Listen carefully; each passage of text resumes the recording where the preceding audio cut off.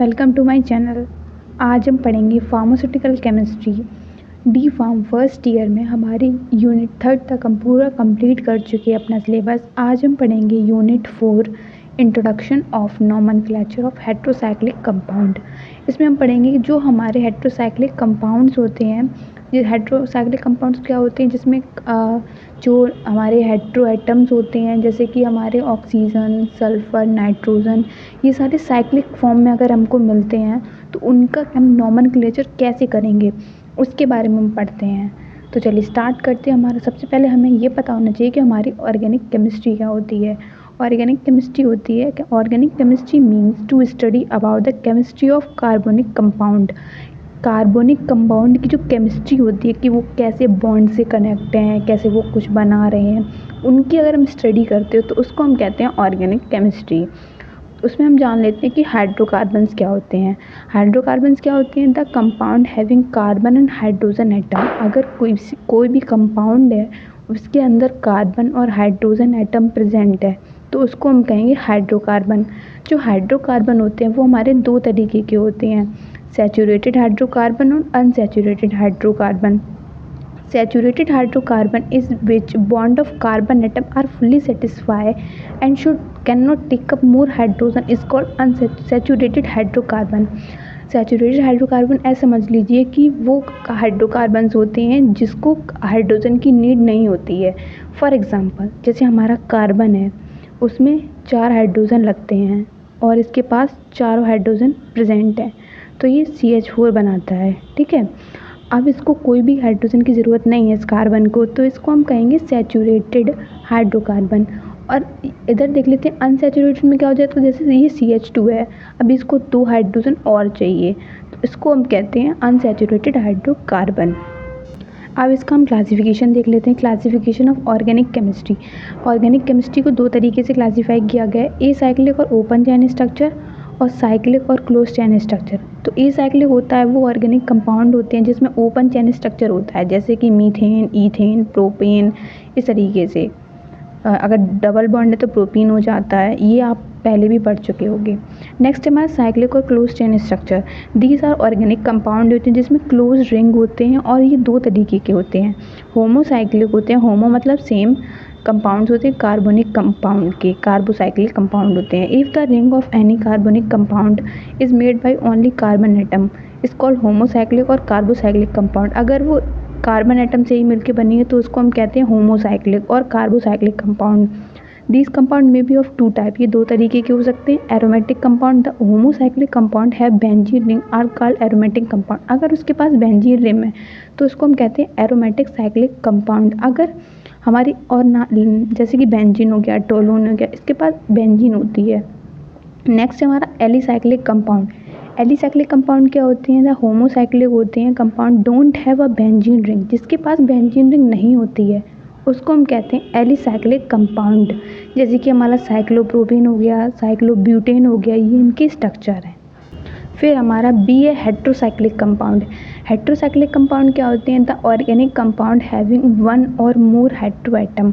अगर किसी भी ऑर्गेनिक कंपाउंड के पास एक से ज़्यादा हेट्रो एटम है एक रिंग में, रिप्लेसिंग द कार्बन एटम को हटाकर भी, तो उसको हम हेट्रोसाइक्लिक कंपाउंड कहते हैं। Any atom that is not a carbon और हाइड्रोजन, कार्बन और हाइड्रोजन के अलावा अगर कोई भी एटम उसमें प्रेजेंट है जैसे ऑक्सीजन, नाइट्रोजन, सल्फर, तो उसको हम कहेंगे हेट्रो एटम। हमारे हेट्रोसाइक्लिक कंपाउंड्स होते हैं वो कुछ तरीके के होते हैं, जैसे कि पहला हमारा heterocyclic alicyclic compound. The heterocyclic compound are similar to aliphatic compound. तो हेट्रोसाइक्लिक कंपाउंड होते हैं वो एलिसाइक्लिक कंपाउंड की तरह ही होते हैं प्रॉपर्टी में, उनको हम कहते हैं heterocyclic alicyclic compound. These are saturated in nature, जो ये होते हैं वो सैचुरेटेड होते हैं और इनमें कोई भी डबल बॉन्ड प्रेजेंट नहीं होता है। एग्जाम्पल देख लेते हैं हमारे इस तरीके के, एजिराइडिन, इथाइलिन ऑक्साइड, थायरीन, ऑक्सीटेन, एजिटीन, थायटीन, ये इसके एग्जाम्पल्स हैं।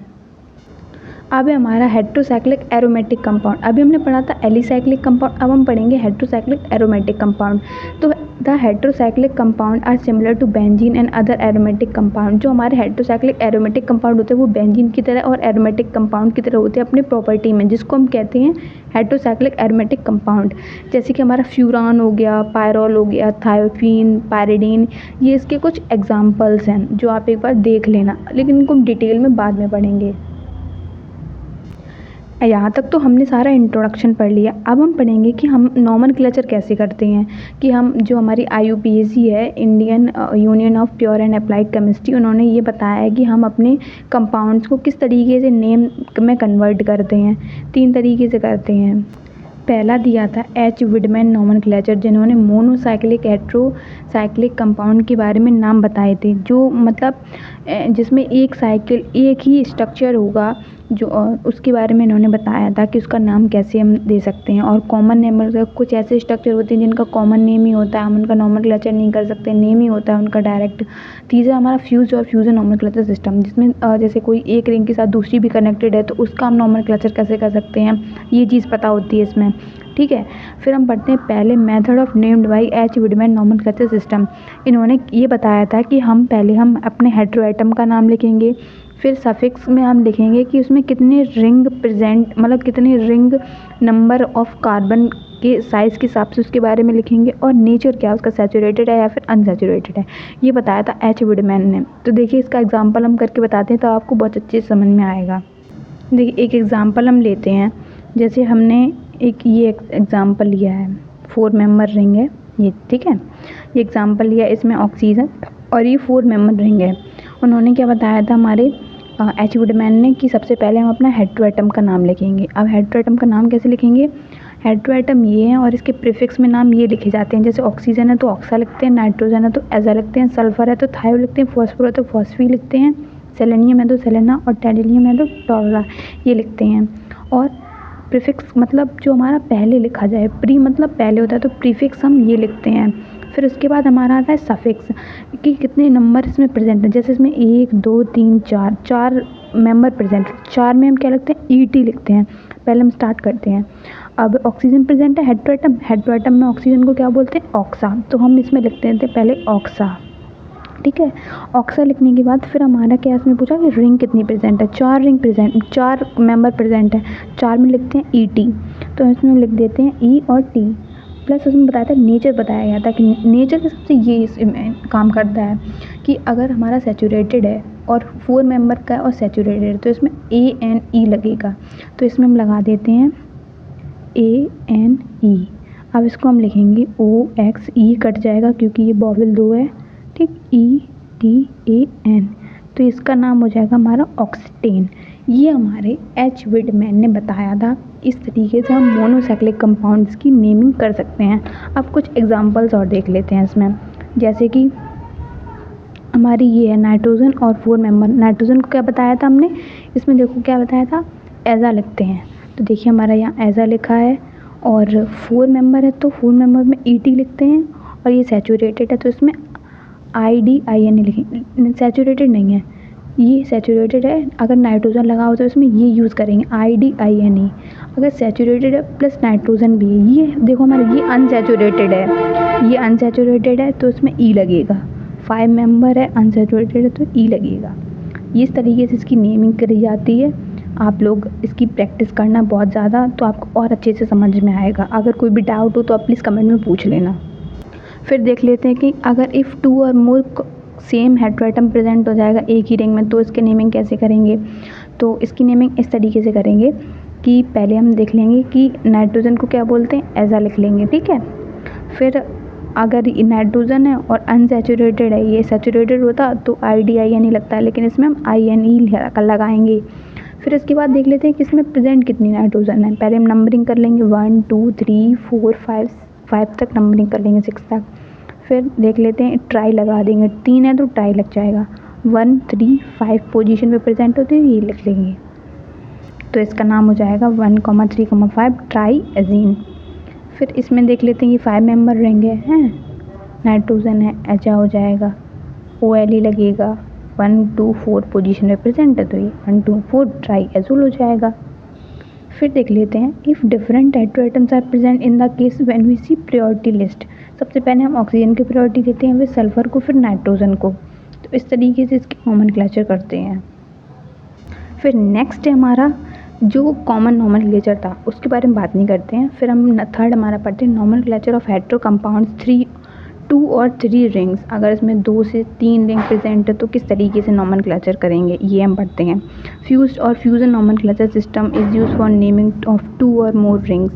ठीक, in this system we used common names. Common name कभी यूज़ कर लेते हैं कभी कभी साइक्लिक कंपाउंड्स में। So there are some important common names of carbocyclic and heterocyclic compound. जैसे कि हमारा ये फ्यूरान है तो इसमें ऑक्सीजन प्रेजेंट होता है प्लस 5 मेंबर रिंग होता है।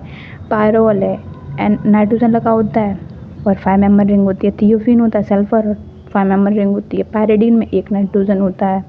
इंडोल में बेंजीन के साथ 1 नाइट्रोजन और 5 मेंबर रिंग होती है। ये इसके कुछ कॉमन नेम्स हैं जो हमारे यूज़ होते हैं हमारे नोमेनक्लेचर में। अब हम देखते हैं नेमिंग प्रोसेस क्या होती है। नेमिंग प्रोसेस के 2 कंपोनेंट होते हैं, बेस कंपोनेंट और अटैच्ड कंपोनेंट। जो बेस कंपोनेंट होता है वो सफिक्स होता है, अटैच्ड कंपोनेंट है वो प्रीफिक्स होता है। अब आप देख लीजिए प्रीफिक्स, जो अटैच्ड कंपोनेंट होता है वो प्रीफिक्स मतलब पहले आता है, प्री का मतलब होता है पहले, और जो बेस कंपोनेंट है वो आपके बाद में आता है। जैसे कि हमारा बेंजोथाइजोल है, ये इसको अगर हम अलग अलग कर लेते हैं तो इसमें पहचानेंगे कैसे कि कौन सा अटैच्ड है और कौन सा हमारा बेस है। तो बेंजीन जो होता है वो हमारा अटैच्ड हो जाता है जो पहले लिखा जाएगा, और जो ये थायाजोल है ये बेस होगा जो कि बाद में लिखा जाएगा, इसीलिए कहते हैं बेंजोथायाजोल। कैसे पता करें कि हम किस अटैच रिंग कब कैसे, जैसे अलग अलग स्ट्रक्चर आ जाते हैं हम तो कैसे पहचानेंगे कि कौन सी अटैच रिंग है कौन सी हमारी बेस रिंग है।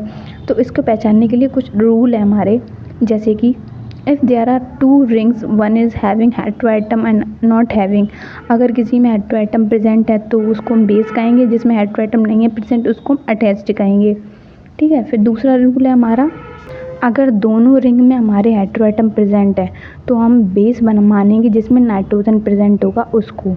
ठीक है, फिर तीसरा हमारा है, अगर दोनों अटैच रिंग में हेटेरोएटम प्रेजेंट है लेकिन नाइट्रोजन नहीं है तो हम प्रायोरिटी लिस्ट का यूज़ करके फिर हम बेस को अपनी चूज़ करेंगे। जैसे ऑक्सीजन जो है वो पहले आती है तो ये वाला हमारी जो रिंग है वो बेस कहलाई जाएगी।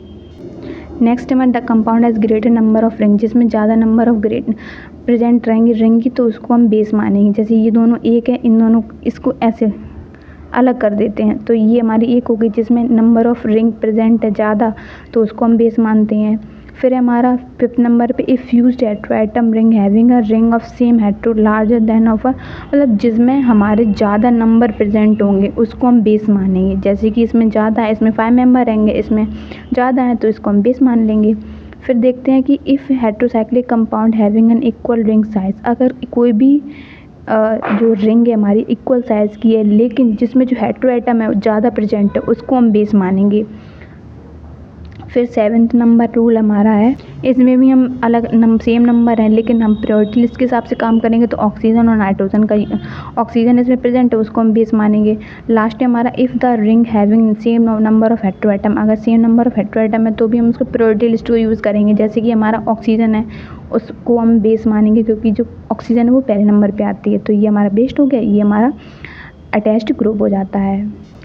इस तरीके से हम करते हैं हमारी नेमिंग प्रीफिक्स और सफिक्स का ऐड करके। जो अटैच्ड होता है वो पहले लिखते हैं, बेस होता है उसको बाद में लिखते हैं। जैसे कि ये हमारा है बेंजो 1,3 डाई एजोल, तो इसको हम अलग अलग कर लेते हैं, ये अटैच्ड हो जाता है, ये हमारा बेस हो जाता है। इन दोनों को अलग करके ये नोमेनक्लेचर इसका होगा बेंजो 1,3 डाई एजोल। और ये कैसे पता कर सकते हैं कि इसमें हम क्या क्या लगाएंगे, तो बेंजीन को बेंजो कहते हैं, फ्यूरान को फ्यूरो कहते हैं, पायरोल को पायरोलो कहते हैं, पैरिडीन को पैरिडो कहते हैं, इमिडाजोल को इमिडोजो कहते हैं।